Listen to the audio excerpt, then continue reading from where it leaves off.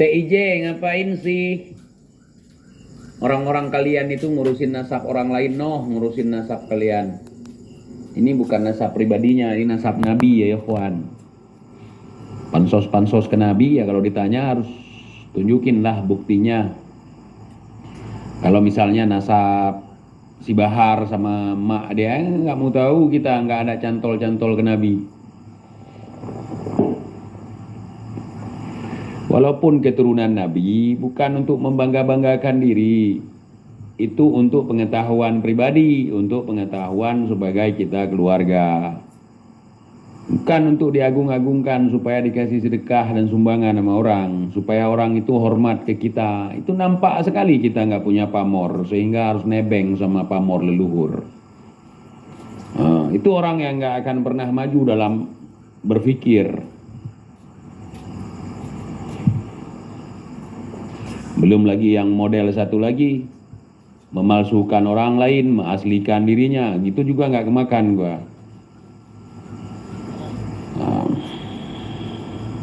Sama aja. Yang perlu diluruskan, luruskan. Bukan membangga-banggakan nasab untuk terlihat hebat dari yang lainnya. Yang satu mimpi ketemu Nabi, yang satu lagi mimpi ketemu Nabi juga. Dua-duanya dobol. Kalau udah dibilang dobol, ilmumu belum sampai ke situ, itu ilmu kasyaf, ilmu syaraf itu. Saraf.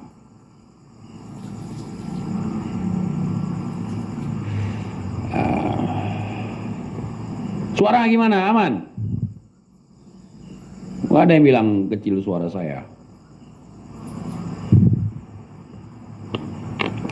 Hey.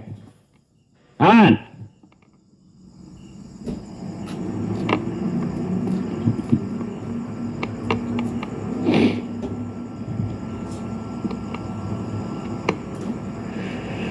Bang Lev dengan Teguh Mudakari lagi sibuk ribut masalah cumi. Sama piting cumi dulu, kata Kiai Mat.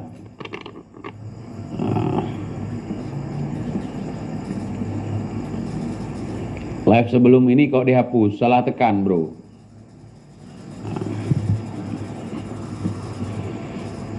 Gimana? Yang ngaku-ngaku cucu Nabi?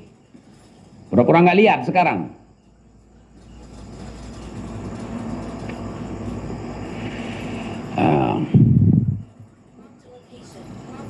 Di dalam tubuh kami mengalir darah Rasulullah.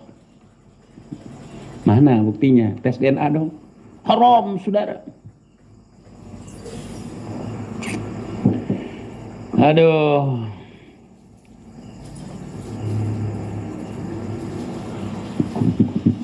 TJ pesantren Gus Naji Serang. Apa nih? Bentar gue baca dulu. TJ Ikhwan, pesantren Gus Naji Sarang Rembang sudah bersuara tuh ta'zim terhadap Ba'alawi. Pesantrennya Mbah Mun ya. Ini bukan perkara ta'zim sama bukan ta'zim ya. Ini perkara penelitian ilmiah ya ikhwan. Paham nggak penelitian ilmiah? Bukan sekedar ngikut-ngikut. Kita dalam beragama pun bukan ngikut-ngikut. Tetapi ada pembuktian, ada dalil-dalil yang kuat. Jadi kita bukan ikut-ikutan dalam beragama. Kalau si fulan bilang udah benar, tanpa kita cari tahu kebenarannya, udah benar, udah ta'zim, taslim gitu.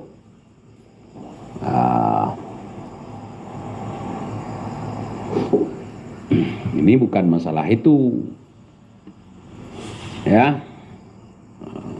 Cuman pengen lihat sejauh mana orang yang kowar-kowar cucu Nabi untuk bisa membuktikan itu. Ya nggak kowar-kowar ya diam aja. Oh saya nggak pernah kowar-kowar, kok kecipratan, udah diam aja.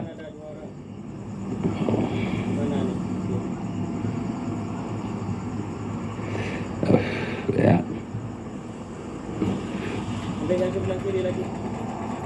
Apa ini? Tapi hasil kajian dari pesantren Al-Anwar Rembang menyimpulkan harus takzim kepada balik. Kan untuk murid dia, bukan untuk kita. Kamu nyimak nggak? Kan gua bukan murid sana, bukan santri di sana, bukan alumni sana. Coba simak lagi tuh, seruan untuk santrinya, untuk alumninya, bukan untuk kita. Coba dipahami. Nah, karena waktu itu ada gurunya yang takzim ke mereka, ya udah. Gua nggak gitu, guru gua takzim, gua juga takzim, nggak, belum tentu. Gua nanya, kenapa guru takzim? Kalau nggak dijawab ya gua nggak ikut. Nah, karena guru kita juga nggak bisa menyelamatkan kita di alam barzah. Beda dengan guru Habib. Mak bapak gua nggak bisa menyelamatkan gua di yaumil kiamah nanti. Ngasih syafaat nggak bisa. Kebenaran yang kita cari, bukan ketenaran, bukan siapa yang ngomong, tapi apa yang diomongin. Gitu. Makanya sekarang ya ilmu doktrin kebanyakan. Saya habis ketemu Nabi Khidir, saya habis ketemu Rasulullah tadi dalam keadaan terjaga. Lagi nongkrong-nongkrong di kafe, tiba-tiba Rasulullah muncul. Ngopi sama Rasulullah. Kalau kata si Rizik, coffee break. Gua kagak masuk yang begitu-begitu. Kalau kamu ingin jelasin sesuatu, tunjukkan buktinya. Mana buktinya? Baik tertulis, baik data maupun rasa. Nah, itu gua kalau belajar. Oh, saya punya ilmu begini, ya, mana buktinya? Nah, itu kesaktian. Dan kesaktian, apa itu kesaktian? Ya, kesaktian ya seperti itu. Ngapain? Gua gak butuh. Ini mondok udah bertahun-tahun tapi masih kagum dengan kesaktian. Gua kagak. Ada orang kebal, gua kagak kagum, itu biasa aja. Nah, ada orang kebal, ada orang bisa jalan di atas air, ada orang bisa nyelam, bisa bernafas dalam air. Gua nggak kagum itu sama sekali ya ikhwan. Ada orang bisa terbang, gua nggak kagum karena nggak ada manfaat. Kecuali dengan dia bisa terbang, setiap tahun dia bisa membantu masyarakat miskin untuk terbang ke Mekah, menunaikan ibadah haji. Itu manfaat. Kalau dia sendiri cuma bisa terbang-terbang, berdiri di atas daun pisang, udahlah. Kemudian saya kebal, bisa datang ke Palestina, bantu saudara kita di Palestina untuk memblokade serangan-serangan dari Israel. Ada manfaat. Kalau cuma kebal untuk pertunjukan, ya udah bilang aja itu debu, sudah selesai. Itu untuk pagelaran seni. Udah. Ilmu itu mendatangkan manfaat. Bukan cuma cerita untuk mendulang kekaguman, ya kawan. Gua nggak tergoda sedikit pun, kalau nggak terkecoh pun ada orang tiba-tiba kobal gini, kobal gitu. Udah. Dari sekian rentetan kejadian di masa lampau dalam sejarah kita telusuri, ternyata tidak seperti yang dibumbui. Itu hanya bumbu yang dicampur dengan dengan kepentingan. Saya lihat gitu. Contoh saya bilang gini, bahwa Indonesia tidak merdeka dengan bambu runcing. Merdeka Indonesia itu bukan bersenjatakan bambu runcing. Kalian marah sama saya. Sementara bambu runcing itu adalah icon, logo, sebagai emblem, sebagai icon ya untuk semangat perjuangan. Bukan karena bambu runcing itu. Yang pertama karena semangat perjuangan, kedua memang karena atas izin Allah ya, berkat rahmat Allah kita bisa merdeka. Bambu runcing itu hanyalah sebagai simbol ya, simbol semangat perjuangan. Kalau datuk kita dulu berjuang dengan bambu runcing, berarti datuk kita tidak pandai dong dalam mengolah besi. Sementara kita tahu di masa-masa perjuangan senapan sudah ada, pedang sudah ada, keris, rincong, mandau, kujang, ada banyak sekali. Kita mau aja dibodoh-bodohi oleh penjajah. Dulu waktu orang kerjasama dengan pasukan Jepang, ya dikasih bambu runcing sama Jepang. Kalau Datuk kita bisa ngeruncungin bambu doang, gimana ngeruncunginnya kalau nggak punya senjata tajam? Nah, bukan simbol kehaluan. Bambu runcing itu memang simbol perjuangan, bukan simbol kehaluan. Simbol perjuangan. Nah, jadi di kita ini sesuatu yang biasa dianggap benar, bukan sesuatu yang benar yang dibiasakan, tapi yang biasa dianggap benar. Kita rubah cara berpikir kita. Jangan membenarkan yang biasa, tapi biasakanlah yang benar. Akhirnya kebohongan yang terus regenerasi itu dianggap sebagai sebuah kebenaran, padahal kebohongan. Nah, kebohongan di masa lalu dijadikan sebagai tumpuan kebenaran. Mari kita berpikir ya ikhwan. Gua banyak menyelidiki cerita-cerita zaman dulu, kebanyakan halu memang. Untuk mempropaganda, untuk melawan musuh memang harus seperti itu. Ini di sini tempat yang keramat yang begini begitu. Padahal kita cuma dengar sama orang.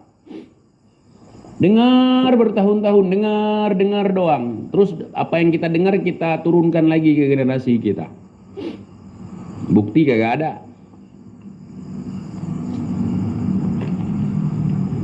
Kalau gua nggak mau seperti itu.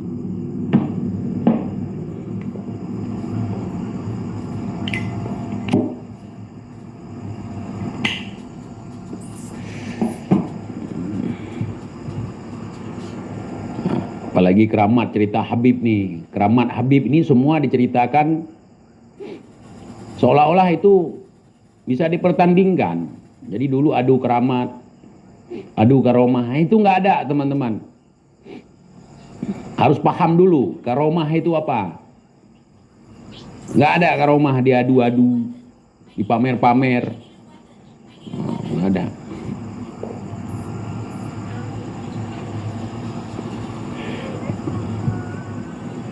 Saya kalau ada orang bilang mengumumkan di tempat ramai saya pernah ketemu Rasulullah berpesan begini berpesan, saya nggak percaya. Kalau memang bisa seperti itu ngapain lagi pakai hadis? Udah langsung ketemu udah sama Rasulullah, tanya aja langsung.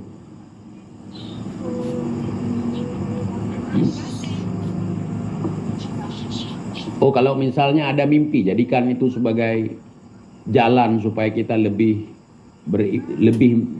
yakin terhadap apa yang menjadi keyakinan kita hari ini, untuk menambahkan keimanan kita. Bukan untuk hebat-hebatan di situ.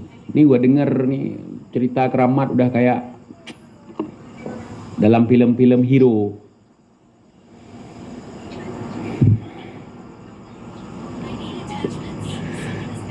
Ya. Kebal 350 tahun Nusantara dijajah oleh Belanda. Nggak cukup Belanda ditambah Jepang lagi. Gua kagak percaya begitu. Beda dengan mauna, beda dengan karama. Pertolongan yang langsung dari Allah, kemuliaan yang diberikan oleh Allah. Ini udah ceritanya, aduh ngeri, ikhwan.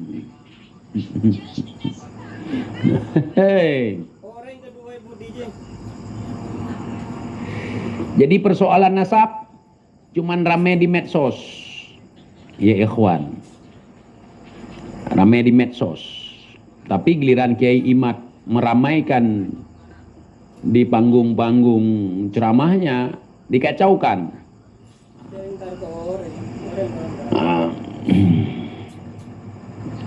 Ya.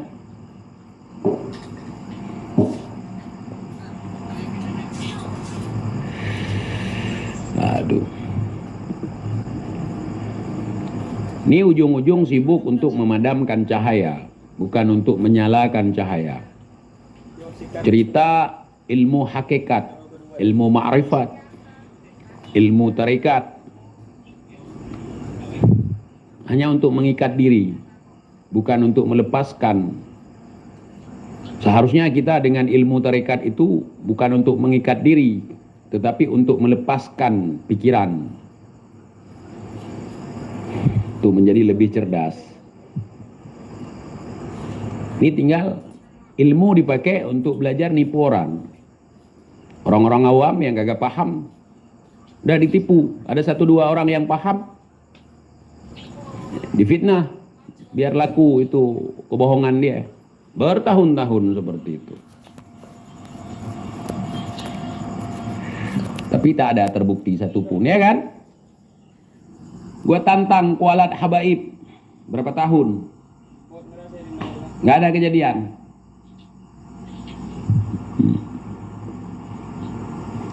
Padahal omongan gua udah offside, udah melampaui batas, kagak ada kejadian. Gua tantang dukun santet, bukan cuma di Aceh, seluruh Indonesia. Kalau bisa santet gua hembuskan lubang anus gua. Terus dibilang lagi gini, TIJ penangkalnya bagus, TIJ ada yang jagain, TIJ ada khadamnya, TIJ belajar ilmu itu juga, makanya nggak bisa disantet.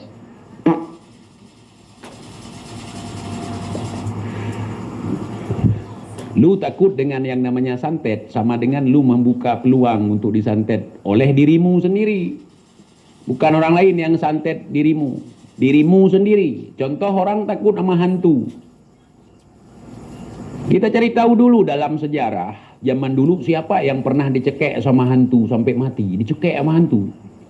Kemudian kita main-main ke rumah sakit, tanya, dari tahun sekian ke sekian itu ada berapa orang pasien yang hasil dicekek oleh hantu? Kalian tahu orang yang celaka, dicelakain hantu kayak gimana? Ada baleho nih, misalnya baleho rijik, talinya putus sebelah, kemudian diterpa angin, goyang-goyang begini, nampak dari jauh kuntilanak, apalagi didukung oleh forum wajah yang ada di baleho. Ini genderuwo lagi terbang. Gara-gara kita ketakutan, paranoid, akhirnya banting setir masuk jurang. Gua kalau ada yang bilang ada hantu lagi terbang, gua lari ke situ, gua cari. Gua cari, mana hantunya? Cuman baleho.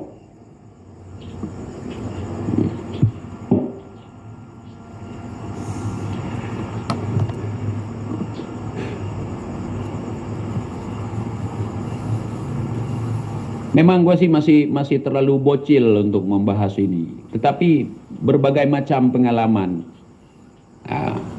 Nanti TIJ kalau kamu nggak percaya dengan santet-santet seperti itu, datang aja ke daerah Aceh Barat katanya. Gue tinggal lagi di sana. Katanya kalau di sana kamu nggak ramah, kamu duduk bisa lengket pantatmu sama kursi katanya. Gue datang ke sana. Orang-orang baru kalau datang ke sana itu dites. Gua main ke sana, kagak pernah ada kejadian. Karena memang kita nggak jahat sama orang. Kemudian kutanya sama orang sana, di tempatku katanya paling ngeri santetnya. Oh, daerah Pasai itu lebih ngeri lagi santetnya, ilmunya katanya. Gua datang ke Pasai, oh itu di Melabuh sana ilmunya ngeri. Gua turun ke tempat gua. Oh itu di Takengon kuat sekali santetnya. Gua ke Takengon, oh di tempatmu yang banyak santetnya. Gitu, cerita mulu. Kayak kisah, di dalam tubuh saya ada darah Rasulullah. Kalau orang percaya ya pasti takut sama mereka. Takut kualat, takut nggak dapat syafaat. Kenapa TJ nggak takut ngomelin mereka? Karena gua tahu.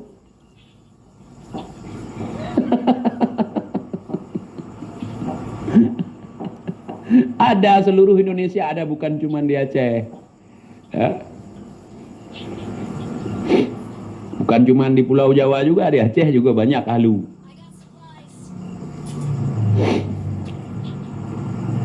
Cuman nggak perlu dibahas. Kadang-kadang memang ada hal yang biarin aja udah.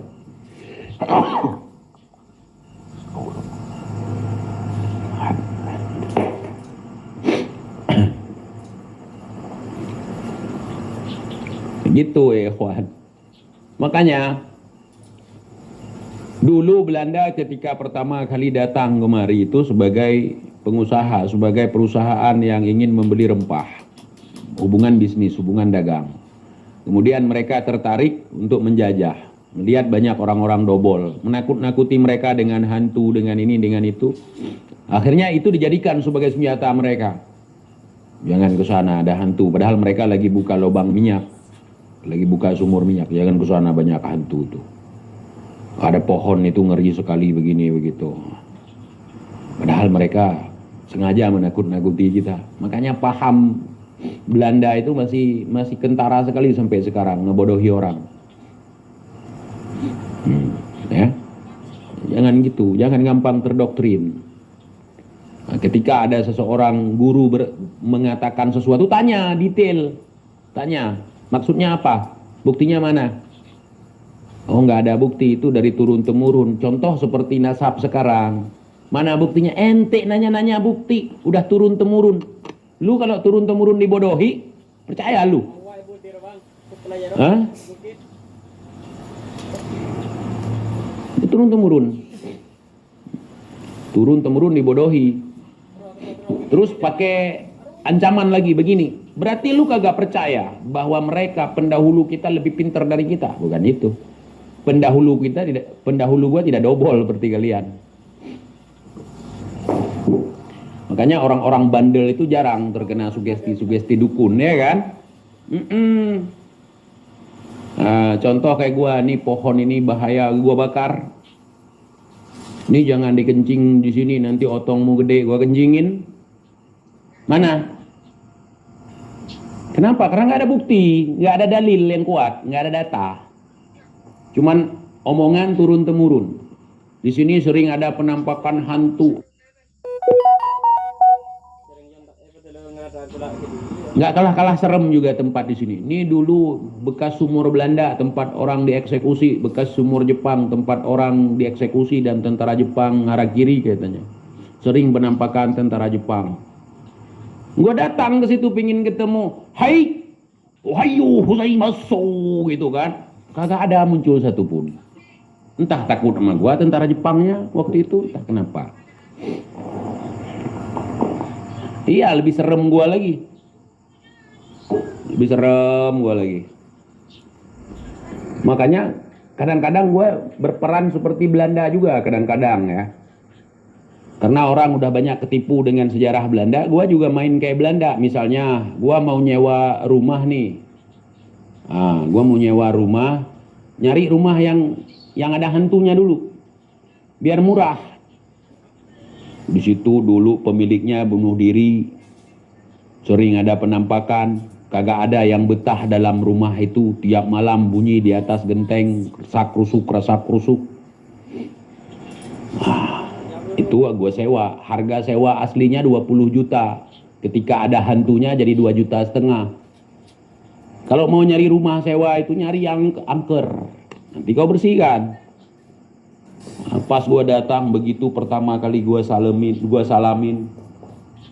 Assalamualaikum ya ahlil bait.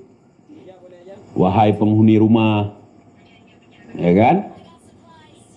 Rasak rusuk semua. Hantu takut sama gua pikir. Pas gua masuk, ada musang, ada tikus. Tikus langsung ngungsi pas gua masuk tuh. Bersihin, ngecat ulang lagi, bersihkan sekitarnya. Langsung lain auranya. Gimana lampu dulu kagak ada. Lampu dipasang tahun ini, tahun depan belum diganti. Bohlam. Makanya kayak film-film horor lampunya. Padahal kosleting.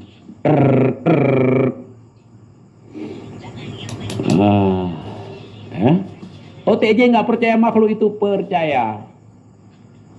percaya makhluk itu ada. Tapi memposisikan diri kita sebagai khalifah di atas muka bumi, ngaku sebagai khalifah di atas muka bumi, sebagai pemimpin, sebagai makhluk yang diciptakan dengan bentuk yang sempurna.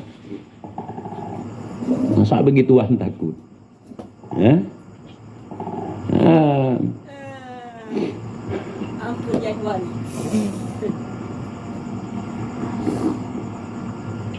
Kalau ada hantu di kampung kalian yang paling mewah, kirim ke TIJ. Ada orang bilang ke gua gini, Bang, hati-hati rumah itu bang. Kalau malam itu ada cewek cantik muncul. Ah, bagus. Ada kawan gua. Gitu kan aja langsung. Hilang lama-lama ceritanya itu. Nggak serem lagi. Hah? Apalagi gua nih, dari dulu, masa depan gua, kehidupan gua lebih serem daripada hantu itu sendiri.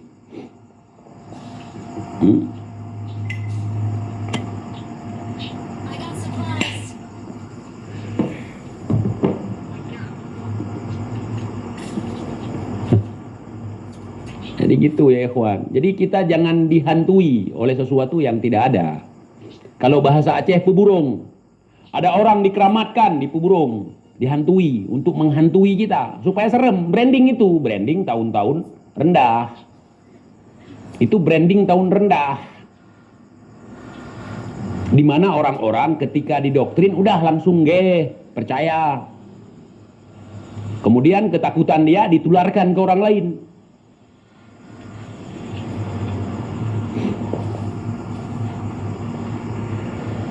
Contoh nih, malam Jumat, malam yang horor. Ini gua cerita sedikit secuil sejarah malam Jumat, malam yang horor kenapa. Bagi gua sebagai seorang muslim, malam Jumat itu merupakan malam yang penuh dengan barokah. Kita ditakut-takuti supaya, pertama ditakut-takuti supaya tidak ada kegiatan malam Jumat begini begitu. Apalagi dulu nggak ada lampu biar cepat tidur. Biar cukup istirahat kita. Paling parah lagi, ini keluarga yang anaknya udah gede. Anaknya udah SMP, anaknya udah SD kelas 5, kelas 6. Nanti malam, apalagi rumah zaman dulu, rumah papan.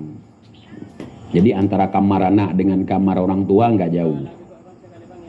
Nanti kalau ada suara itu berarti ayah sama emak lagi mau bunuh hantu katanya. Lagi mukulin setan. Itu jangan keluar ya. Pokoknya tidur aja tuh kalau kedengaran seperti itu. Akhirnya dianggap malam Jumat malam yang horor. Ya iya memang ada. Betul Pak, tadi malam tuh ngeri sekali suara kuntilanaknya. Gimana suaranya? Tuh kan? Tiap malam Jumat gitu Pak, kadang-kadang. Kalau lagi Jumat Kliwon, Jumat lagi enggak, Jumat Kliwon kadang-kadang itu. Sama malam Senin biasa. Ya? Paham? Pokoknya kalian tidur lebih cepat ya nak ya. Abah sama Umi mau bunuh hantu dulu.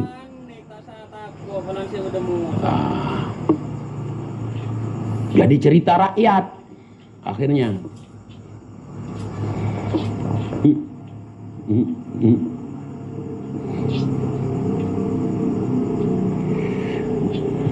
Saya banyak kalau mau cerita masalah itu. Cuman takutnya ya melawan kepercayaan masyarakat lokal yang dianggap sebagai sesuatu yang sakral. Itu saya hormati. Seandainya saya tidak hormati, habis saya bongkar semua. Cuman saya bongkar yang bisa saya bongkar.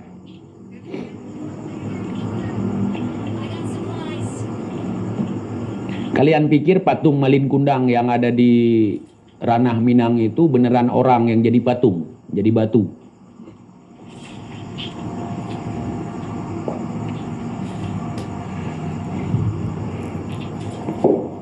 Di Aceh juga banyak cerita seperti itu. Ada bukit yang terbalik, dulu kapal anak durhaka, jadi kebalik, kebetulan bentuknya kayak bentuk batu, kayak bentuk kapal. Itu ada orang Minang tuh. Itu buatan tahun 80-an ya kan. Untuk memanggil wisatawan datang.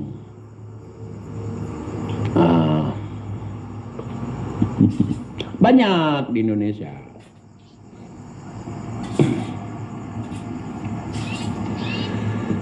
Makanya gue bilang, orang pas ngomong ilmunya tinggi, sorbannya udah lusuh, kita pikir jujur. Pas cerita ke kita dongeng semua.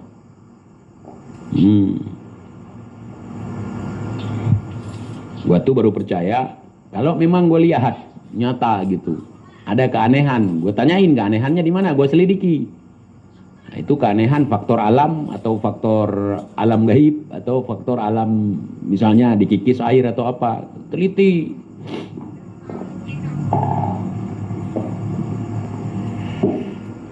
Udah sering gue ceritain, datang ke makam keramat. Di situ ada larang pantang, udah pasti tuh kuncennya bilang. Di sini jangan bersiul misalnya, misal ya. Di sini jangan bersiul. Nah, gua tes dulu. Di sini bahaya kalau bersiul, langsung gempa katanya. Mana gempanya katanya? Kalian jangan niru ya, ini adegan yang tidak boleh ditiru. Nah, pokoknya apa yang dilarang di situ itu paling suka gua.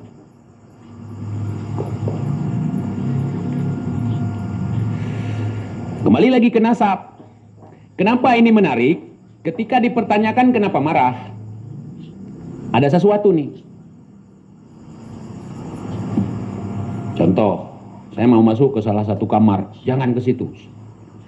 Itu kamar larangan. Kenapa? Ketika dilarang, gue semakin penasaran. Itu prinsip gue. Kalian jangan ya. Kalau udah dilarang, gue udah penasaran. Nggak ada apa-apa kok sayang. Contoh, gue kasih yang sederhana nih. Kamu punya bini, HP-nya dikunci, nggak dikasih passwordnya. Pinjam dong HP-nya bentar. Gue makin penasaran itu. Tapi kalau dikasih, belum tentu gue mau. Nih, oh berarti nggak ada apa-apa, normal. Tapi pas kita mau ngambil rokok, kebetulan rokok kita dekat handphone dia buru-buru narik handphonenya. Nah, lu ada apa nih? Kenapa handphonenya terkesan kamu takut kalau saya buka? Nah, kenapa ketika Kiai Imad nyenggol soal nasab, kalian begitu ketakutan?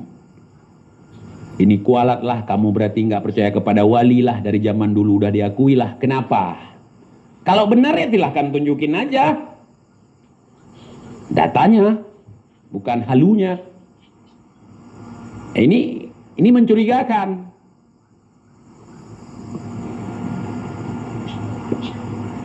Berarti ada sesuatu di situ.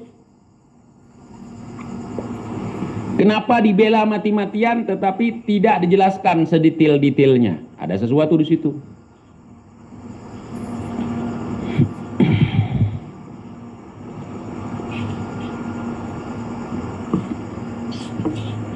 Nah, itu contoh ada orang bilang gini, Allah itu bersemayam di aras.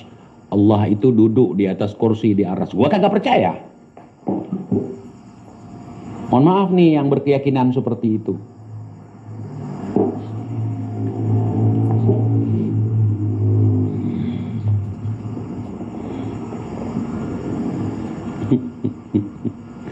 Gue tanya terus-terusan, akhirnya dibilang gue bid'ah, ya kan? Karena bukan doktrin. Makanya kalau gue ikut pengajian kadang-kadang ricuh, bukan ricuh kenapa-napa, doktrin gue bantah. Makanya jarang gue masuk pengajian. Ribut dalam masjid, ribut.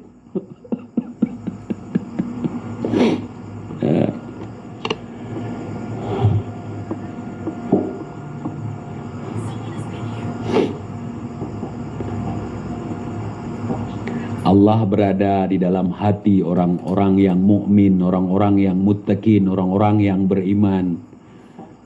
Itu udah ngapain repot-repot deh kan? Nah.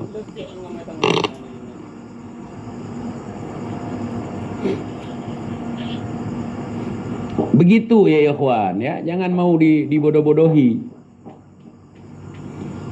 Habis itu ribut soal Allah di mana aja sampai saling caci kita, saling hujat ya kan.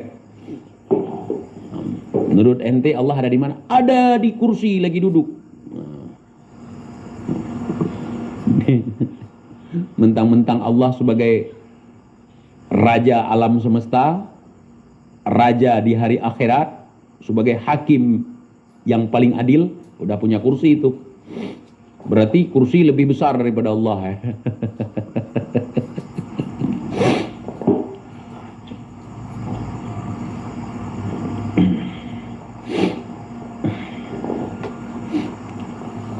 Udah. Usah ke sana. Satu kiai iman dengan satu tesisnya bisa membuat orang-orang pada kejang-kejang ya kawan. Ada apa itu? Nah, itu perlu kita pertanyakan. Ada apa di balik ini semua? Kita bukan anak kecil lagi yang bisa dibodoh-bodohi seperti mukibin, seperti para kibin-kibin. Nggak boleh nanya pamali. Nggak boleh nanya pamali. Pamali itu apa? Pamali itu ya nggak boleh nanya, nanti terjadi sesuatu nggak baik. Kalau bahasa Aceh haruh. Nah, itu makin haruh, makin pamali, makin gua tanya. Ya. Jadi cari tahu ya ikhwan. Kita memang diciptakan akal kita ini untuk mempelajari segala sesuatu.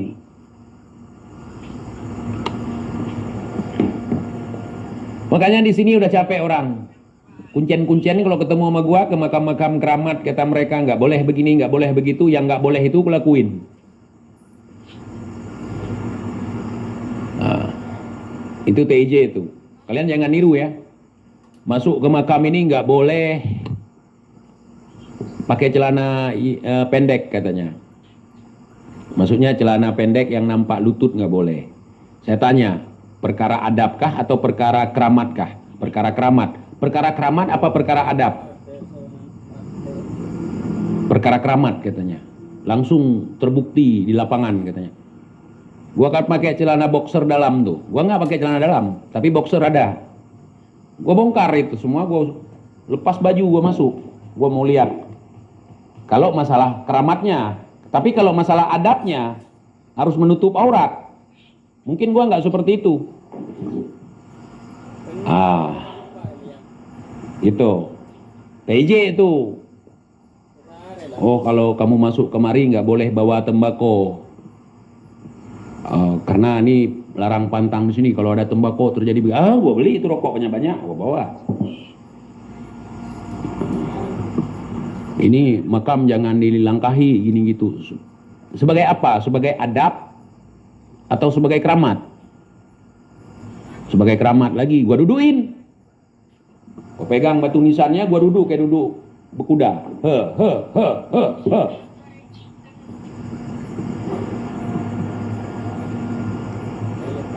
Ya. Tapi kalau dibilang ini perkara adab, kita ziarah, toh nggak akan langkahi itu. Budaya, tradisi agama, adab kita berziarah. Sudah.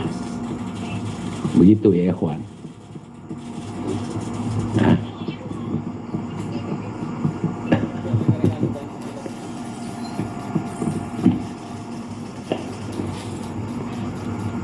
Pokoknya yang dilarang gue suka sekali, tetapi tidak larangan agama, cuman larangan adat misalnya, tapi dilebih-lebihkan. Nah, ternyata enggak. Sekian banyak makam yang gue datangi enggak ada. Itu justru memfitnah orang.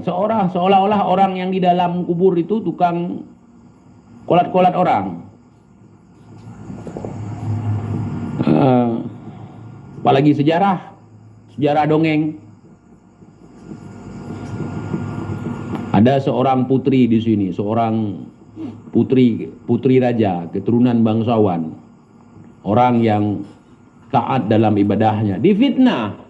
Punya suami 100 orang katanya. Setiap yang nikah sama dia mati semua katanya. Sampai 99 orang meninggal semua malam pertama sama dia. Gua cari tahu lah ini siapa. Keluarganya masih ada. Gua tanya, fitnah. Pernah dengar Putroneng Aceh? Akhirnya dinikahinlah sama seorang ulama besar yang karomah, yang keramat. Enggak ada. Fitnah itu, seolah-olah itunya beliau itu ada racunnya. Kita langsung kontak sama keluarganya, tanya. Itu fitnah yang sangat keji sekali untuk beliau. Itu lawak yang kita lawan ya ikhwan. Memfitnah wali, itu yang kita lawan.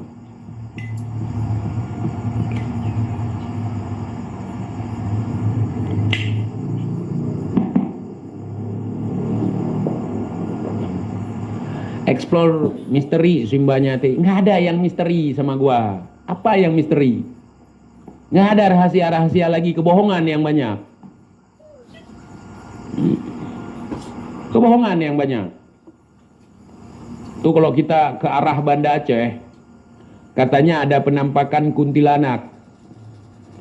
Nah, penampakan kuntilanak di jembatan Senepet katanya. Ada jembatan tuh di tengah-tengah gunung.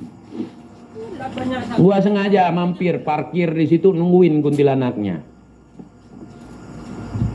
Ada yang katanya sampai sembunyi di balik jok mobil biar nggak ketemu. Apa yang mau gua explore? Mau nunjukin hutan tengah malam, kuburan gitu? Nggak ada apa-apa ya ikhwan. Gua daripada orang mati, lebih takut lagi orang banci. Daripada kuntilanak yang nengkreng di makam tengah malam, lebih takut gua banci yang nongkrong di makam tengah malam. Model-model bahar. Nah, model-model jeng bahar. Jadi kalau ketemu di makam malam lebih menakutkan dari kuntilanak. Gue kagak takut yang begitu-begituan ya ikhwan. Apalagi pocong, ngapain takut sama pocong? Dia nggak bisa lari. Udah nggak bisa lari, dia lompat-lompat aja. Habis itu pasang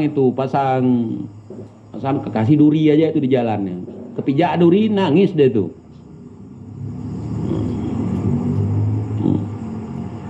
Kuntilanak lagi yang terbang-terbang itu pasang jaring dan tangkap. Gua capek nunggu selendang kuntilanak.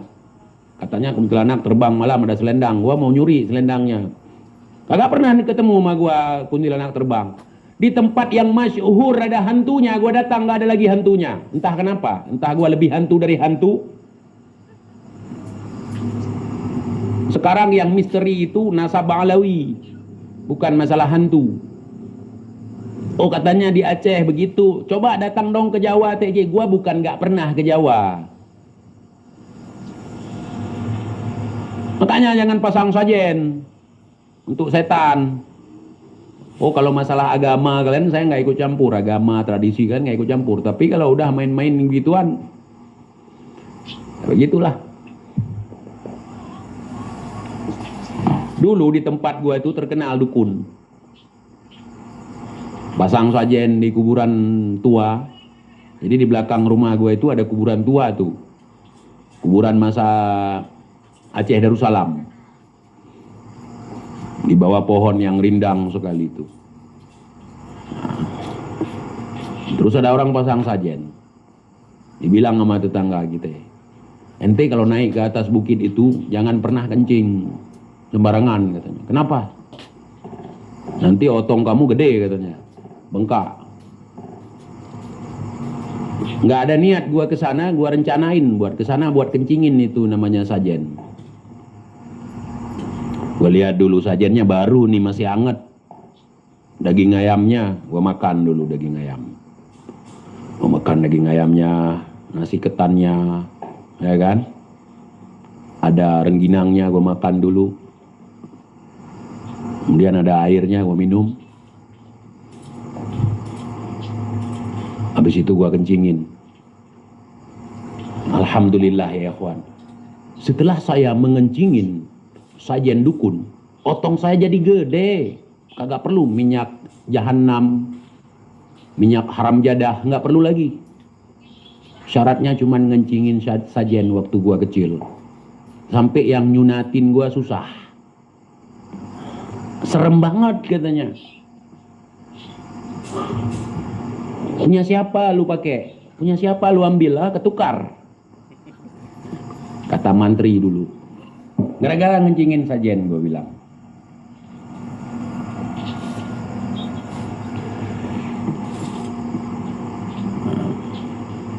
Bukan karena faktor keturunan, bukan karena faktor genetik, otong gua gede.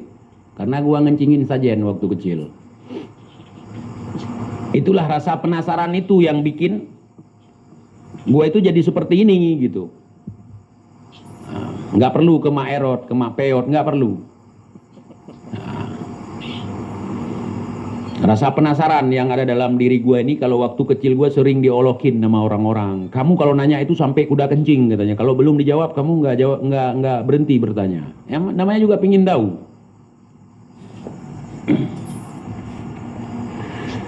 Kalau dipertanyakan orangnya marah, itu gue curigain langsung. Berarti dia bohong nih.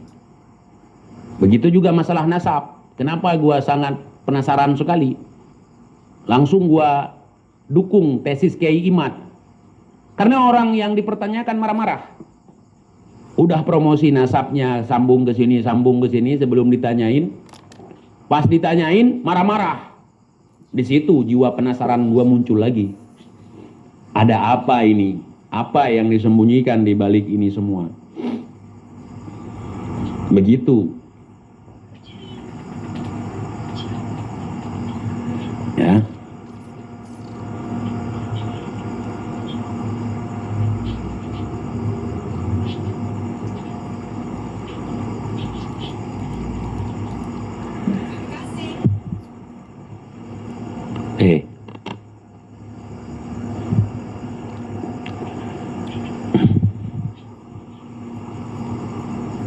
Masih nyimpan kunci rumah di bawah keset.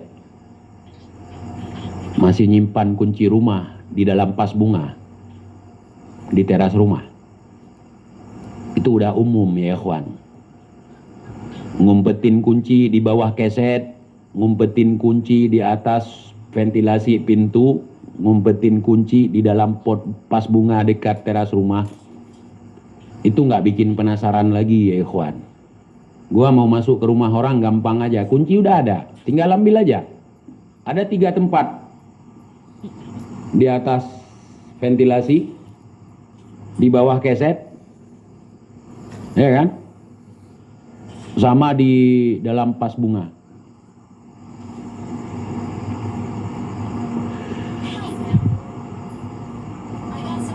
Kalian tahu TJ nyimpan kunci di mana?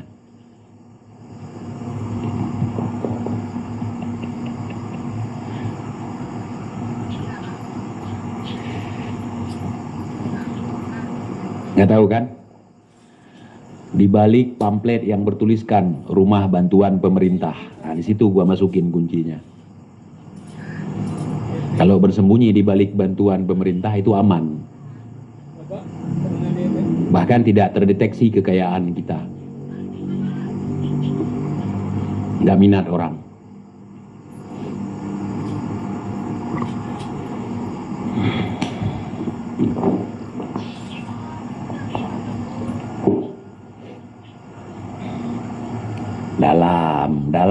Dalam sekali itu.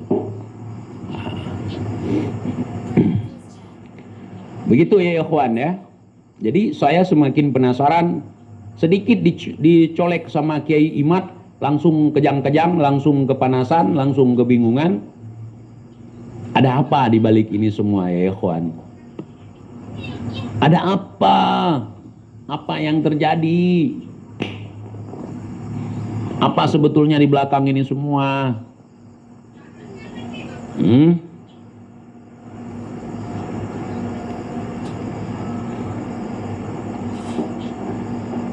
Masih suka nyimpan selingkuhan di dalam lemari? Itu udah maklum, udah umum ya ikhwan. Di bawah kolom ranjang nggak bisa. Ranjang zaman sekarang nggak ada celah. Jangan simpan selingkuhan di dalam lemari. Udah umum itu.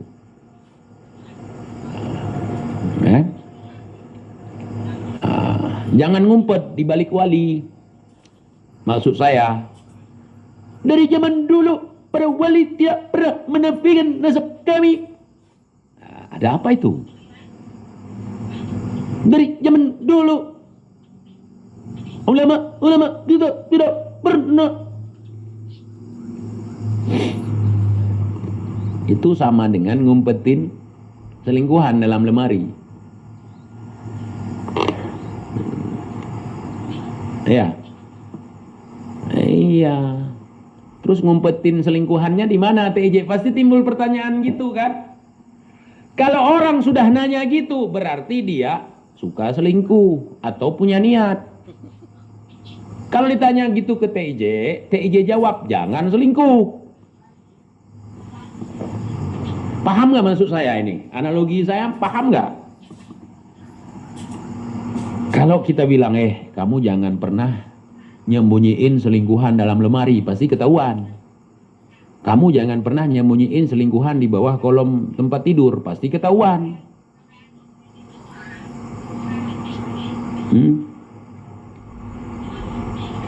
Terus ditanya sama orang, terus nyembunyiinnya gimana bang? Pastikan orang itu suka selingkuh ataupun punya rencana untuk selingkuh.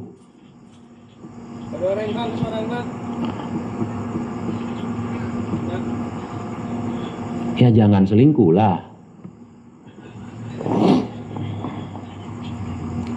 Kalau sesuatu yang jujur, sesuatu yang benar, ngapain diumpetin? Ngapain cari celah buat diumpetin? Kalau ente sudah tahu kalau nasab ente memang benar, tidak ada bohong-bohongnya, kenapa setelah diskusi di Banten masih nyuruh orang nyari kitab biar aman? Seharusnya kan dah kelar itu. Kiai Imad dah rungkat, tesis sudah rungkat katanya.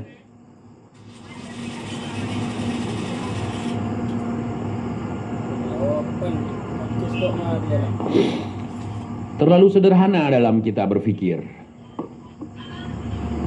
Saking tololnya. Kita gali tanah nih. Kita sembunyiin kotak yang isinya rahasia. Kita tanam, kita tutup rapat-rapat, kita rapikan rumput-rumput, kita pasang tiang di situ. Kemudian ada tanda panah ke bawah. Di situ saya tidak menyembunyikan apapun.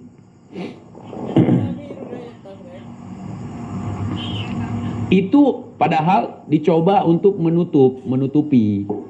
Tetapi ada petunjuk ke sana. Di sini saya tidak menyimpan apapun.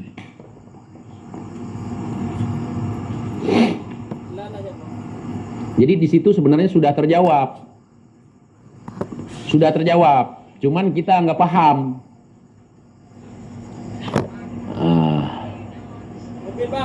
Kasihan, kita nggak paham. Tidak ditemukan bukan berarti tidak ada. Kalau tidak ada ya gimana mau ditemukan?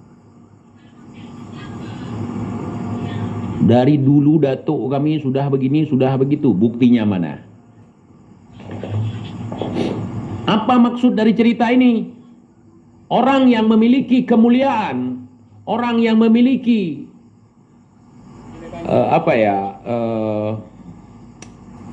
martabat yang tinggi, dia nggak perlu memamerkan martabat itu. Dia tidak perlu meyakinkan orang. Malah dia akan menyembunyikan itu. Orang yang benar-benar kaya dengan orang kaya baru ya bedalah. Paham nggak maksud saya? Kalau kamu punya emas batangan 1 kotak di rumah kamu, mau kamu pamer? Hah? Paham?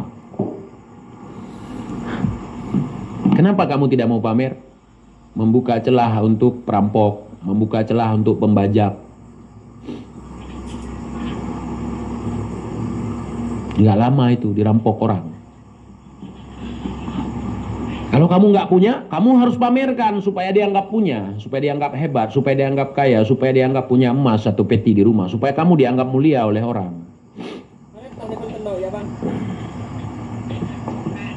Ya kalau orang mulia, mau lu muliakan, mau lu kagak muliakan, nggak ngaruh sama sekali. Memang kemuliaan. Ini emas misal lempar ke comberan. Ketika ada orang lihat, perlu dijelaskan.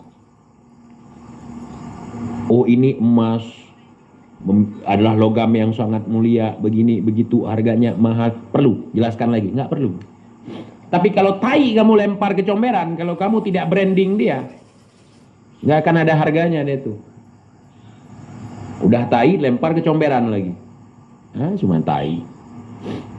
Tapi kalau ini, emas misalnya aku lempar ke comberan, mau dibalur kayak gimana pun tetap nih akan terpisah. Tai ngaku emas, ya gitu kejadiannya.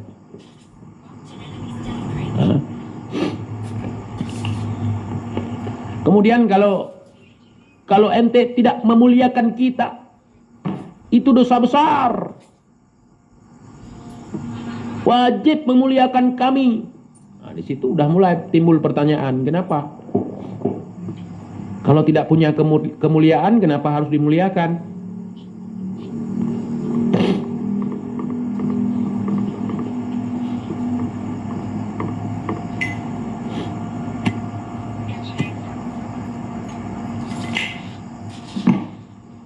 Kalau datuk mereka punya karomah seperti itu, nggak perlu. Kita lihat aja cucunya seperti apa.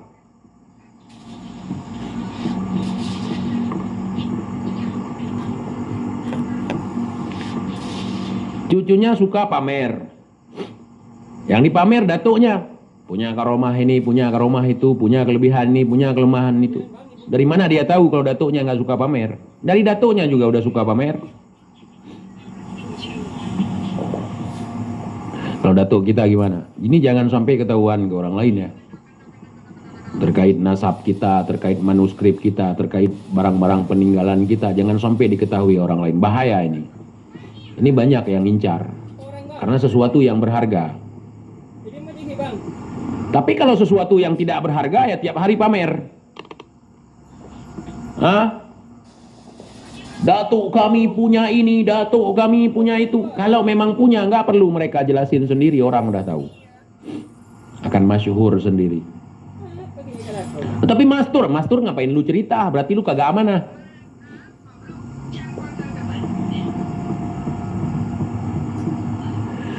Apa ini? Tai paus harganya mahal. Abang sesat, bukan tai, muntah.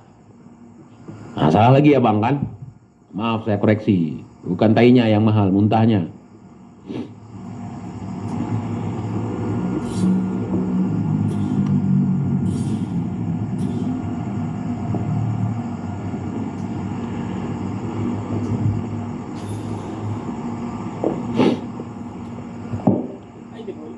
Banyak lagi datang pun nih. Tak tahu dari mana ni.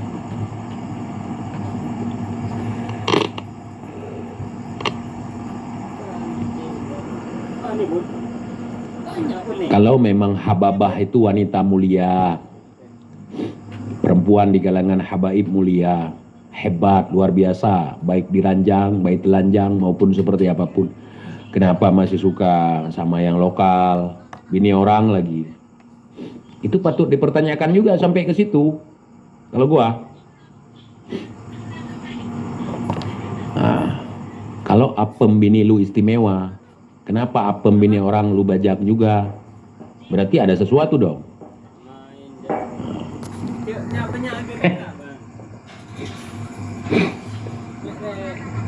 Kalau datuk lu itu istimewa, kenapa lu harus bajak datuk orang? Kalau datuk lu orang hebat, kenapa datuk orang lain lu klaim sebagai datuk lu sendiri? Nah, itu formatnya kurang lebih. Datuk ana seperti ini, datuk ana seperti itu. Kenapa harus bajak datuk orang lain? Hababah itu wanita yang paling mulia. Tidak bisa dinikahi oleh laki-laki sembarangan. Harus kami-kami aja yang nikahi mereka. Kalau ada di kalangan ahwal yang menikahi hababah, maka harus diceraikan dan juga dikembalikan perawannya. Dikasih aja belum tentu mau.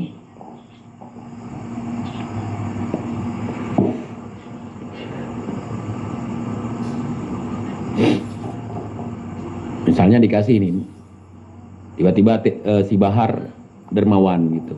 TJ, ini ada hababah satu buat ente, mau nggak? Tapi ente jangan bahas-bahas aneh lagi. Oh nggak, buat ente aja udah. Gua nggak suka yang hitam-hitam pinggir, nggak suka gua.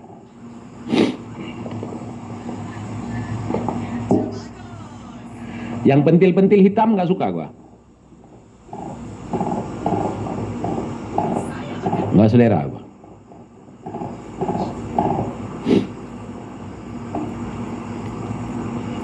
Misal munafik ente, bukan munafik, ini masalah selera ngap. Gua suka yang pentilnya pink.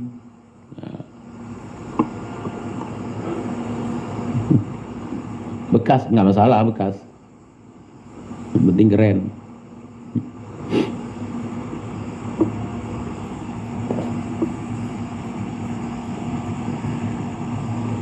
Itu contoh. Nggak usah kemana-mana lah, nggak usah kemana-mana, udah cukup di situ.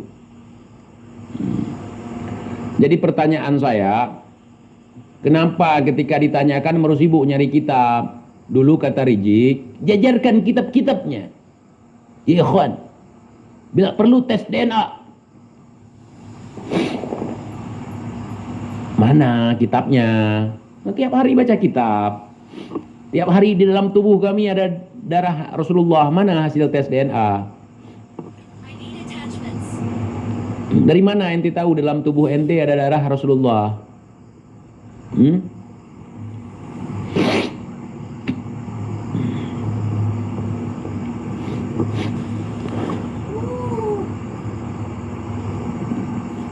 Ngaku berdarah kanjeng Nabi, pas dicek berdarah anjing babi.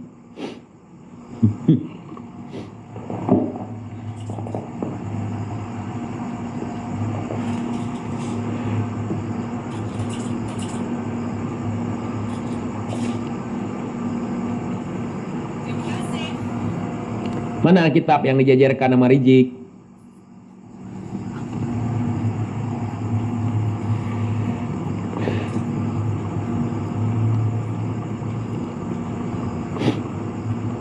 Nggak ada ya?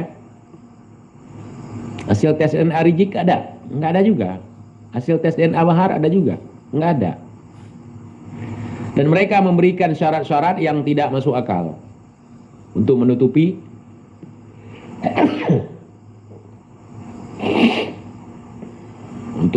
ketololannya. Bongkar makam Nabi lah, inilah itulah. Kenapa nggak bilang aja, naik aja ke langit ke-7, di sana ada kitabnya.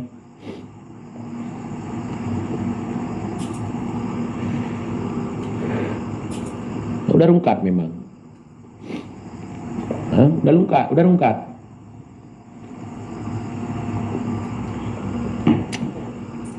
Tinggal tunggu ntar lagi. Nggak lama lagi rungkat dah. Kita lihat kepercayaan publik ke depan seperti apa. Saya yakin mereka menghindari Kiai Imad agar bisa membuat cerita-cerita yang baru untuk mengalihkan perhatian.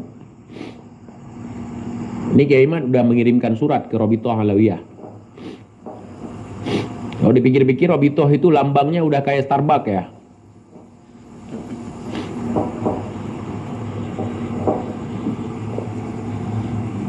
Si Bahar sampai ngendorse.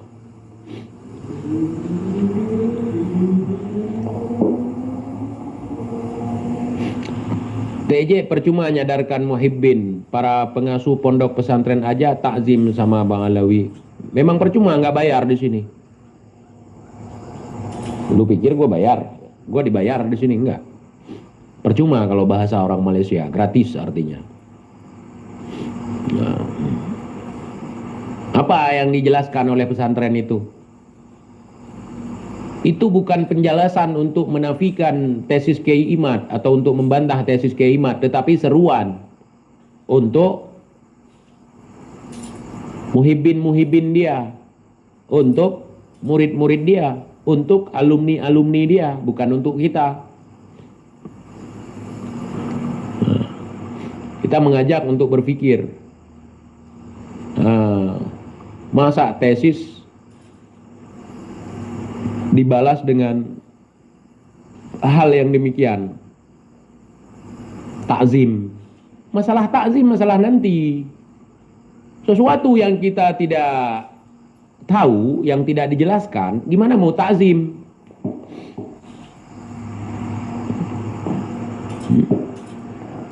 Al-Quran diturunkan untuk orang-orang yang berpikir, untuk orang-orang yang berakal, nggak diturunkan untuk hewan, nggak diturunkan untuk orang gila. Perkara-perkara syariat nggak diwajibkan untuk orang gila. Perkara sholat nggak diwajibkan untuk orang gila, puasa nggak diwajibkan untuk orang gila atau orang yang belum akil balik. Lu pikir dengan ada surat edaran dari pondok pesantren itu, lantas kita berhusnudon, udah capek husnudon. Ada maling masuk ke rumah, kita husnudon. Udah digondol semua, baru penyesalan. Ini perkara tesis Kiai Imad. Bantah dulu tesisnya secara logika, secara data, baru itu baru taslim. Begitu gua lihat tesis Kiai Imad benar-benar rungkat, terbantahkan oleh mereka semua. Taslim, bib. Assalamualaikum warahmatullahi wabarakatuh. Ana al-faqir yang bernama Muhammad Iqbal. Ana taslim. Ana minta maaf jika ada kekeliruan selama ini. Dan itu mimpi, nggak akan terjadi.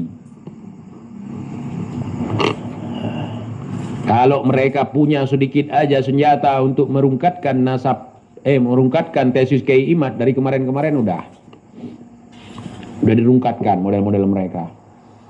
Cuman karena nggak ada data, nggak ada bukti. Tapi TJ Gus Najih Panglima FPI Jawa Tengah. Siapa itu Gus Najih? Oh, yang bantah itu. Apalagi embel-embelnya FPI. Udah gua lihat model-model di sini. Mau Gus Najih lah, mau siapapun lah, mau orang turun dari langit lah. Kalau tidak bisa membantah tesis Kiai Imad, nggak percaya gua.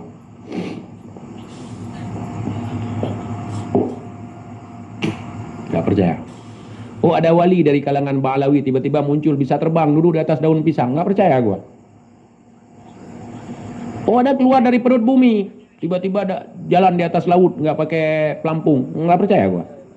Apalagi model-model begitu. Dajjal lebih jago nanti. Kalau pamer-pamer ilmu itu, pamer-pamer kesaktian itu, Dajjal lebih jago. Baru semi Dajjal aja udah tergoda kita. Apalagi Dajjal yang sesungguhnya nanti. Baru lihat Dajjal bisa ngeluarin air lewat tangan kiri, ngeluarin emas lewat tangan kanan, udah. Oh, itulah yang sesungguhnya penolong kita, kan gitu. Bagi kibin-kibin.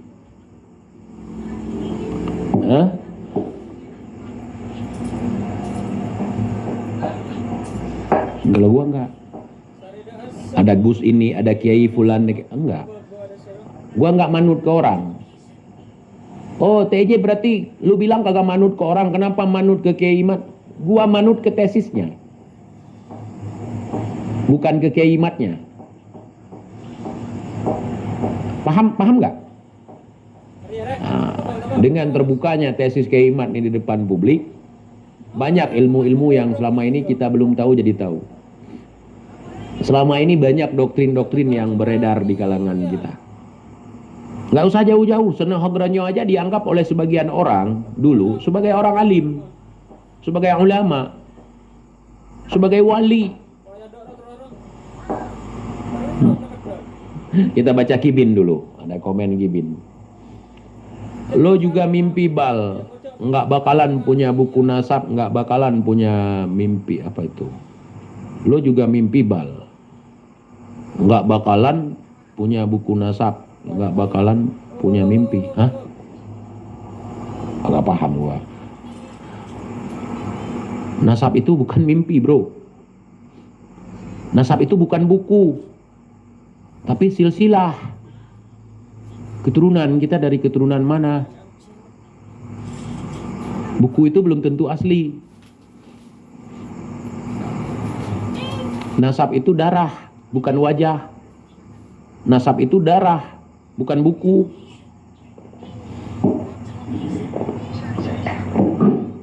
Kalian tahu buku nasab? Biar gua tunjukin buku nasab gua. Mau? Apa perlu? Apakah sama dengan buku nasab keluaran Robito? Mau lihat? Buku nasab yang asli.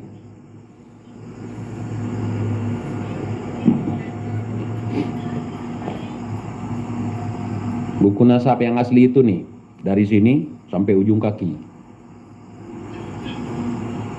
Ini. Ini siapa yang nyata? Tuhan. Ini catatan kita semua nih. Ini buku nasab gue.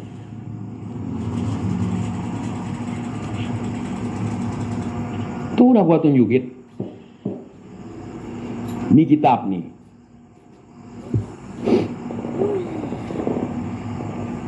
Kitab.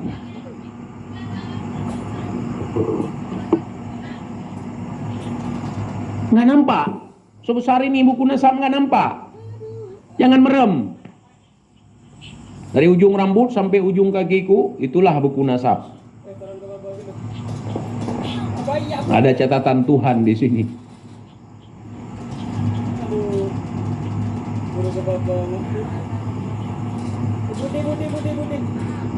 3.666 urat.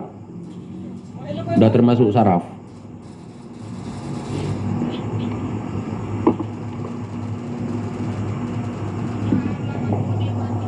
Kamu itu kalau ngomong kayak dukun TJ, sok benar setiap kamu ngomong. Emang dukun sok benar kalau ngomong? Berarti si Bahar dukun dong, si Rijik dukun dong, si Taufik dukun dong, Habaib dukun dong. Kalau ngomong sok benar. Ditanyai bukti kagak ada. Berarti udah betul gue bilang, mereka itu dukun. Kalau lu kagak ngerti, lu tanya sama guru-guru ente yang paham. Ini kitab nih.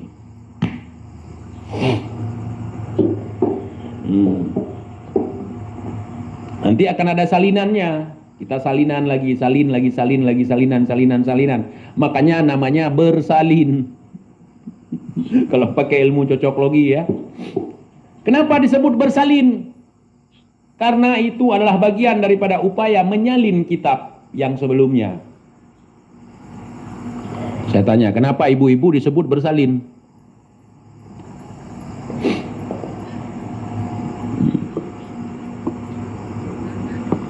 Ibu habis bersalin, ada orang bersalin.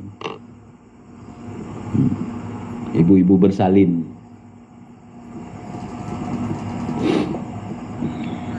Lanjut lagi, kitab ini disalin lagi.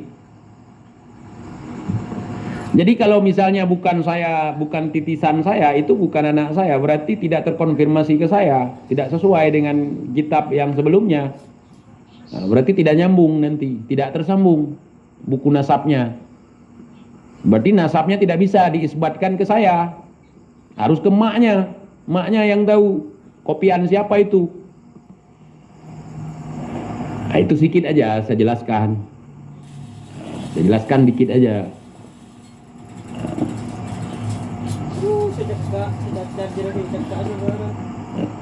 Ya.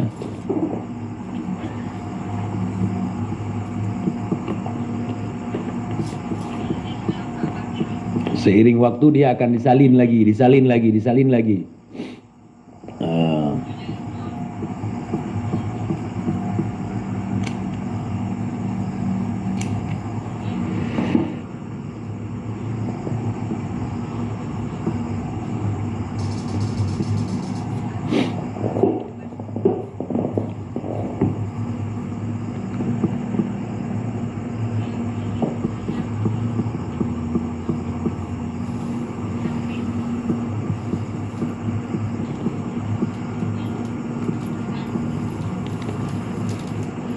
Makanya orang yang menyambung-nyambungkan kitabnya ke orang lain yang nggak nyambung. Bukan salinan dia. Berarti hasil bajak.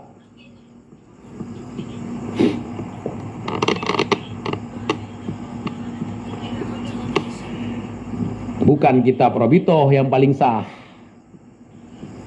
Bukan. Catatan pada tubuh kita. Bentar, nih ada budak lagi nih. PJ kalau berani ke Batavia, ke Sarang Mohibin. Kalau nggak ada lagi Batavia, ngap. Batavia itu gelar Belanda tuh. Belanda udah rungkat. Kenapa lu masih pakai? Yan, kasih tahu Yan. Itu penamaan oleh Belanda. Ketemu yang menung kereta ngaduk nanti. Nggak ada lagi Batavia. Ya. Muftinya pun narungkat, Mufti Batavia bukan Mufti Betawi itu, jangan salah-salah. Menir Utsman itu Mufti Batavia. Batavia itu sebutan Belanda.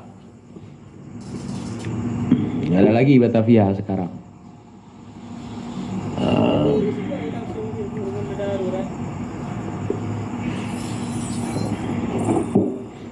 Kibin makin lama makin dobol, aku tengok cara komen.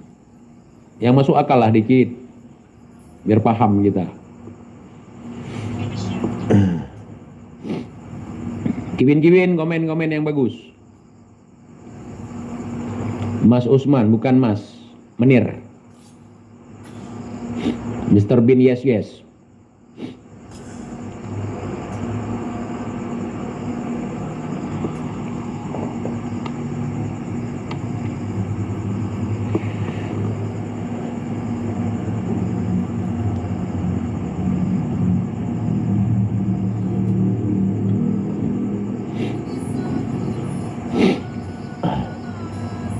TJ datang aja ke Jawa, datang aja ke Pulau Jawa.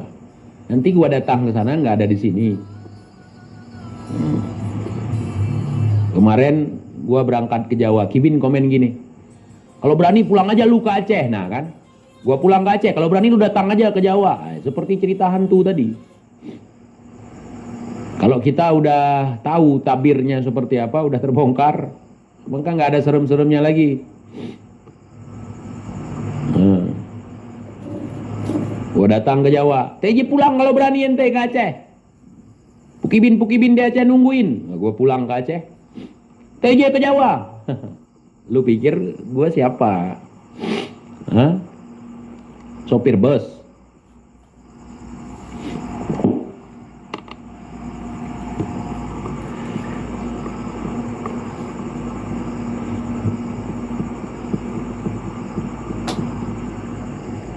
Apa ini Kibin? Ente ingat ya? Habib Rizik idola. Oh. Gak usah di spam, ngap.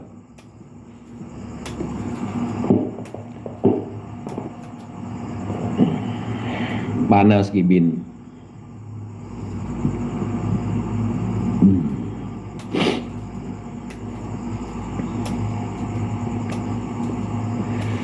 TJ sok dukun, yang sok dukun itu Habib kalian itu bisa terbang, bisa berjalan di atas air.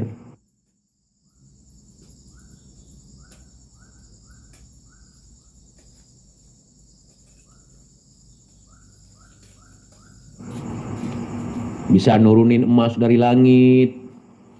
Bisa nurunin hujan susu kayak pawang hujan. Itulah yang dukun. Kalau wali mana ada kayak gitu ilmu wali. Nah, itulah orang-orang yang sok dukun. Biar dibilang sakti. Ya? Iya.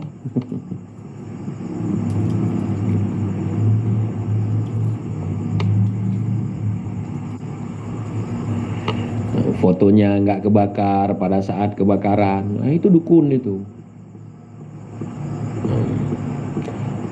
Adu kesaktian, pamer karomah, itu dukun itu. Wali mana ada pamer karomah, dia sendiri aja nggak tahu. Dia sendiri aja kadang-kadang nggak tahu dia punya karomah.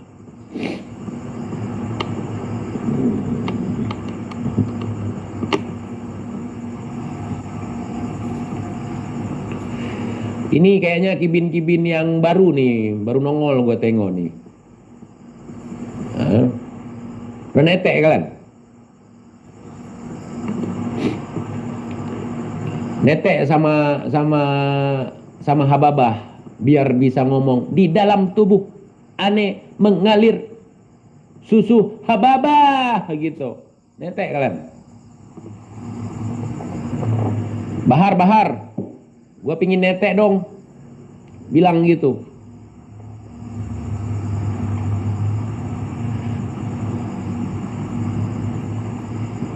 Umi, karena Umi rame-rame tuh. Istrimu ummiku, istrimu adalah ummi, ibuku. Netek lah, minta netek sama ibu. Ngumi ngingingi, ngumi ngingingi, ngumi mimimi. Ngumi bukalah bajumu, aku ini mukibin sejati. Aku pingin netek di pentil ngumi, ngumi ngingingi, ngumi ngingingi, ngumi ngingingi.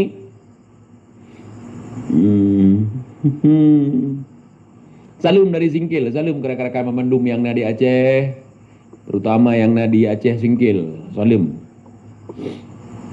Netek kalian.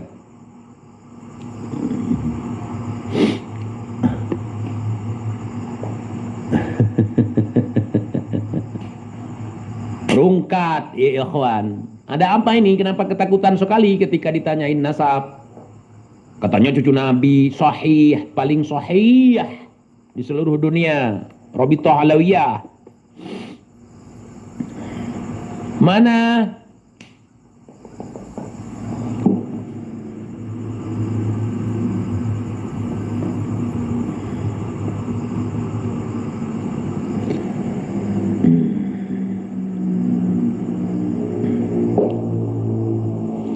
TJ, paling-paling TJ dikasih anaknya Habib Rizik gratis juga mau? Enggak. Enggak. Bukan tipe gua kayak gitu mukanya. Maaf ya. Maaf. Kita punya selera masing-masing. Jangankan dikasih satu, dikasih semuanya nolak gua.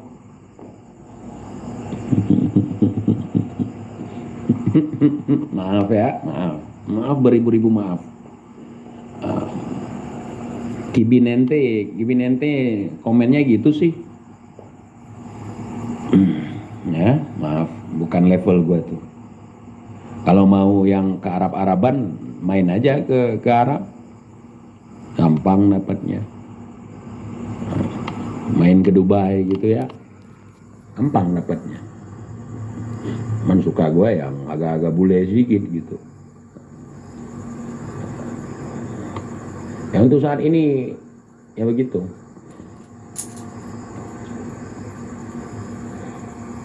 Habibi ya habibi, habibi ya nuril ain, habibi merah bibirnya, habibi.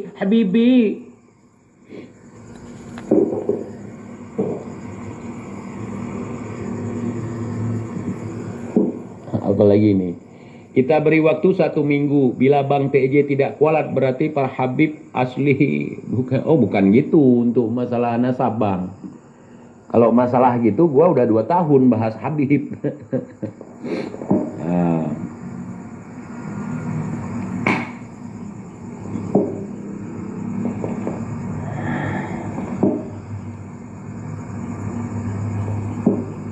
Udah cukup ya? Cukup. Budak nih kagak jelas komennya. Kibin kagak jelas komennya.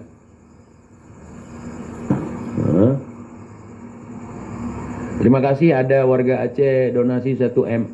Itu yang terlihat. Ada yang tidak terlihat lagi ya ikhwan ya. Ada yang tidak masyhur tapi mastur.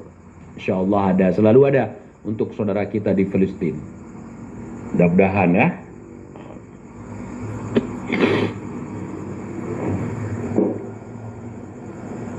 Wah nantang lah. Ngapain ngomong-ngomong kualat kalau tidak bisa membuktikan kualat itu? Kualatkan TIJ lah. Kualatkan TIJ. Kalau memang punya ilmu kualat itu.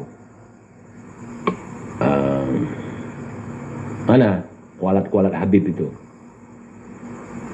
Kualatkan Kiai Imad, kualatkan TIJ, kualatkan Bung Lubis, kualatkan lah.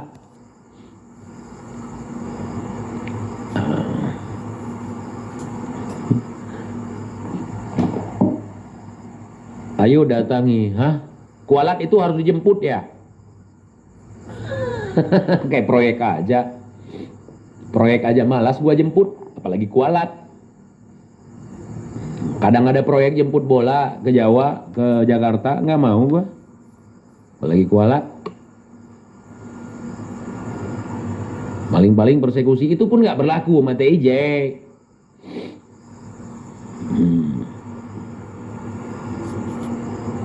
Mereka udah gosong sekarang dengan kualat mereka sendiri.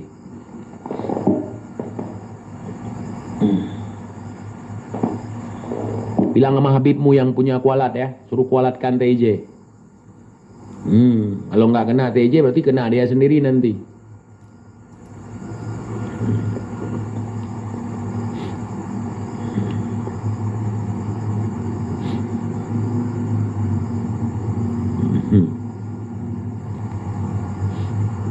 Oke ya, oke teman-teman, saya izin pamit dulu. Terima kasih banyak. Mudah-mudahan nanti kalau sempat kita live lagi. Saya ada sedikit kegiatan nih. Mau nelpon Teh Yuli juga. Teh Yuli ini udah berapa bulan nih? Udah 2 bulan, 1 bulan ya, 1 bulan lebih udah. Telepon Teh Yuli lu bentar. Oke teman-teman semuanya, tetap semangat. Kita jangan taklid buta, fanatik buta. Terkait tesis Kiai Imad, ya sejauh ini kita masih percaya. Kalau saya sih yakin, belum ada yang bisa membantah itu. Makanya main petak umpet mereka. Ada celah fitnah, ada celah framing. Tapi untuk membantah, kagak punya kapasitas. Berjuta-juta mereka di Indonesia, apa kagak ada nongol yang pinter dikit gitu?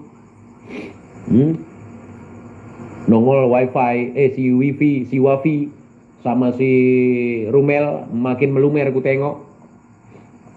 Nggak ada penjelasan yang ilmiah, cuman ngawur aja, malah ngawurnya kemana-mana udah. Sampai ada pembahasan bahwa Wali Songo adalah habaib. Wali Songo nggak dipanggil Habib karena takut Belanda mempersempit dakwahnya. Itu kobong sekali, nyata sekali, dobol kalian. Mikir-mikir kalau mau buat statement, biar nggak kebentur sana kebentur sini. Namanya juga kebohongan, tidak ada yang sempurna. Tidak ada yang sempurna. Ya, iya. Kalau misalnya kalian klaim TIJ komunis, PKI, tunjukkan merah kalian itu. Bahar, tunjukkan merah bibirmu. Bisa apa kalian? Gua sejauh ini mengambil sikap ikut tesis Kiai Imad, melihat ada banyak sekali ilmu di sana, dan gua tidak percaya kalau Habib cucu Nabi. Maksudnya cucu Rasulullah Shallallahu Alaihi Wasallam, nggak percaya. Kan? Nggak percaya gua. Kepercayaan nggak bisa dipaksakan dong. Nggak percaya. Kalau nggak ada Habib nanti nggak percaya gua. Nggak percaya, nggak ada Habib, kita nggak akan murtad. Yang ada kebanyakan model-model rejik jadi murtad.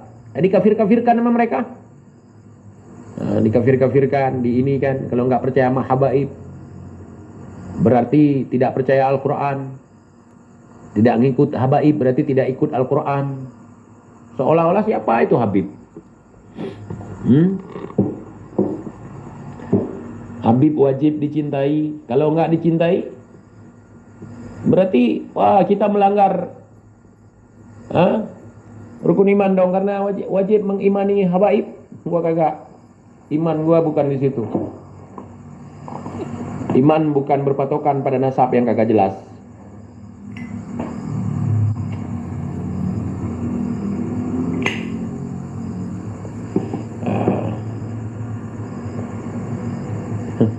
TJ ingat, Gus Najih murka, mau dia temerka, mau dia kualat, mau dia durhaka, gak peduli gua, mau dia gosong, gak ngurus gua, mau dia kejang-kejang, mau dia mati, gak ngurus gua, gak ngurus. Tapi gimana TJ ini, Habib kan dari zaman dulu dipercaya, udah. Ini kan bukan zaman dulu. Berbicara kebenaran itu bukan berbicara zaman dulu, zaman ini, zaman itu. Kitab sejaman mana?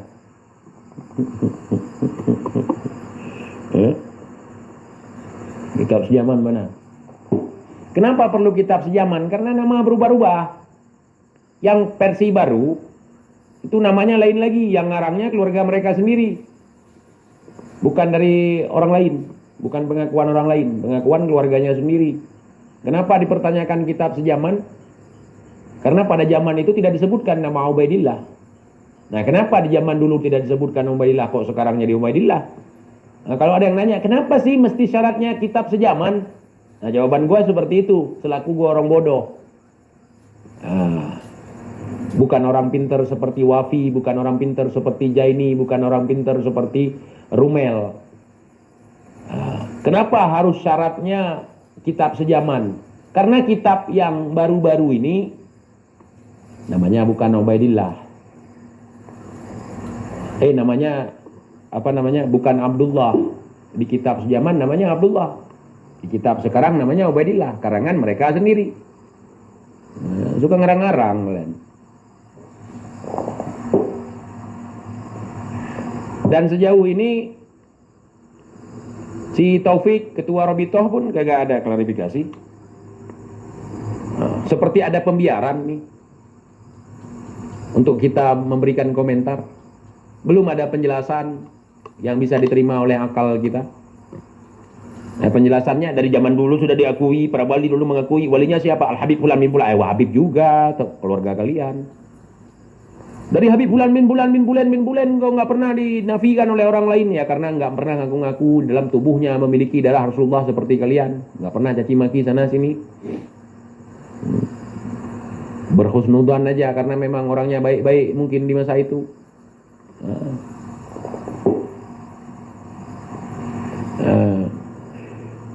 Namanya juga R.A. Mutu, Ramutu.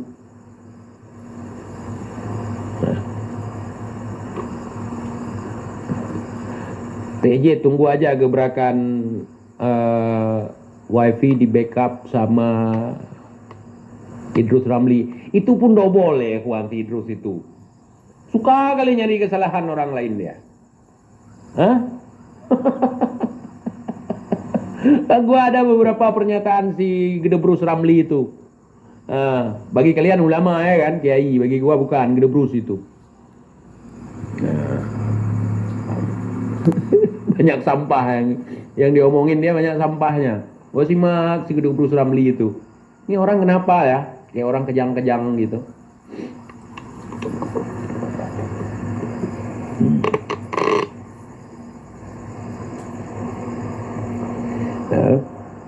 Dulu gua sama Buya Yahya aja sangat hormat sekali. Sama si Somad juga sangat hormat sekali. Gua hilang respect sekarang. Entah kenapa ya, mungkin Allah membuka kedok mereka ya. Gimana Buya Yahya? Udah cium sendal Nabi replika? Dihirup enggak? Segini sendal Nabi. Penuh muka ada. Jadi hiruplah.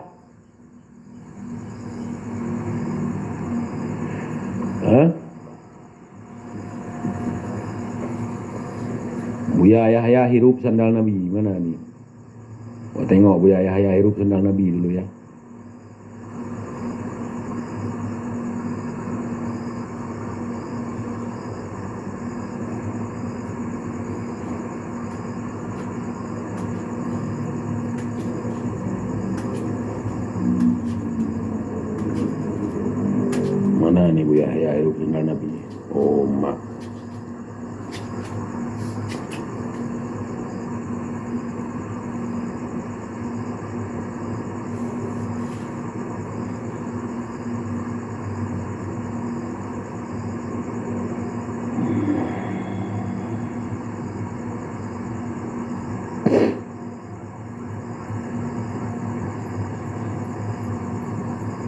الهنا فيها الدواء والشفاء الهنا فيها الدواء والشفاء نسيمها فات علينا من حمار المصطفى نسيم Yakin sendal Nabi nih, yakin. فيها لها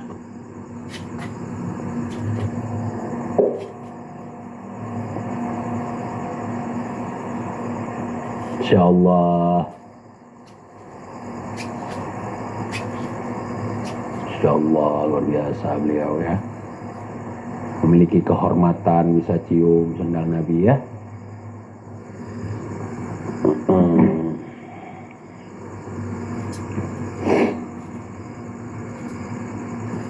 Kenapa nggak ditaruh di Mekah aja ya? Biar jadi ibadah buat umat Islam ya kan. Satunya ditaruh di samping Ka'bah. Habis kita mencium Hajar Aswad, mencium rukun-rukun yang ada di Ka'bah, kemudian cium sendal Nabi, ini patut dicurigai ini.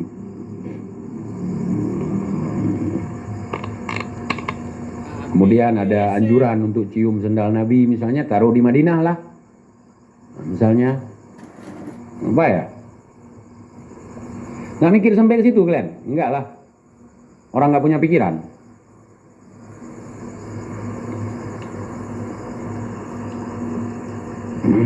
Pokoknya berhusnudzan aja lah.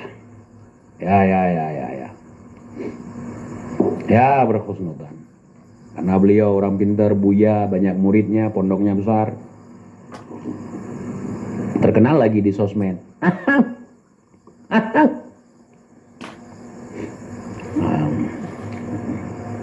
Jadi landasan Anda harus percaya kepada nasab habaib karena ada Buya Yaya, karena ada Profesor Somad, karena ada Qurtubi. Nah, itu dalilnya. Cuman yang bantah tesis Kiai Iman nggak ada. Cuman yang marah-marah ke Kiai Iman ada. Mulai kapan? Mulai kapan? Ente dan kroco-kroco ente mulai membenci habaib. Mulai kapan? Nah, udah. Kalau udah mulai kapan? Nah, itu penghuni Robito, kantor Robito itu ngomong itu. Mulai kapan? Mulai kapan ente dan kroco-kroco ente mulai membenci habaib? Mulai kapan? Ini apa ini? Apa? Nah, mulai kapan? Kalian yang udah ibadah haji itu, yang udah umrah, ada nggak cium sendal Nabi? Itu namanya ibadah apa itu? Kasih tahu dong. Kalau kita haji diberikan kesempatan untuk mencium Hajar Aswad dan rukun-rukun yang lain, ada nggak mencium sendal Nabi? Kenapa nggak ditaruh di sana aja gitu? Kenapa? Sudahlah, kalian mikirlah. Parah orang-orang ini. Sendal aja dicium, apalagi kaki orang nih. Gua pernah lihat sebuah tontonan cium kaki ya. Cuman bedanya begini. Yang samanya rambutnya pirang, pakai kain sarung warna putih. Yang bedanya ditaruh di kayu nih, udah digantung begini di kayu. Datang satu-satu diciumin. Gua nggak membahas agama lain ya. Nah, dicium kakinya satu-satu tuh. Nah, itu rambutnya pirang kayak si Bahar.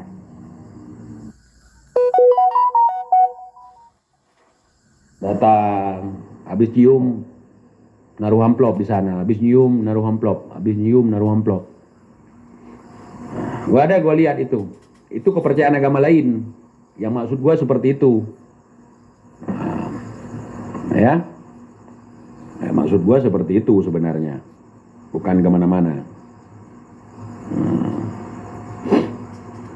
Kok kita jadi seperti itu? Salib aja si Bahar,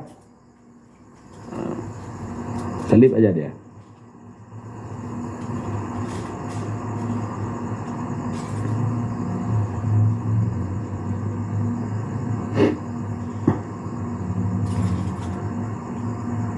Ada videonya mana nih? Dan nyimpan videonya nggak Satria Arjuna? Anda gua tengok cium kaki. Mirip kali si Bahar gua tengok.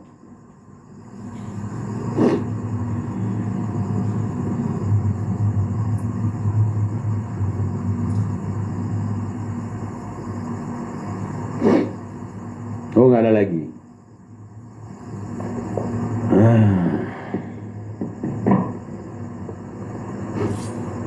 Oke, terima kasih teman-teman semuanya. Saya izin pamit dulu. Assalamualaikum warahmatullahi wabarakatuh.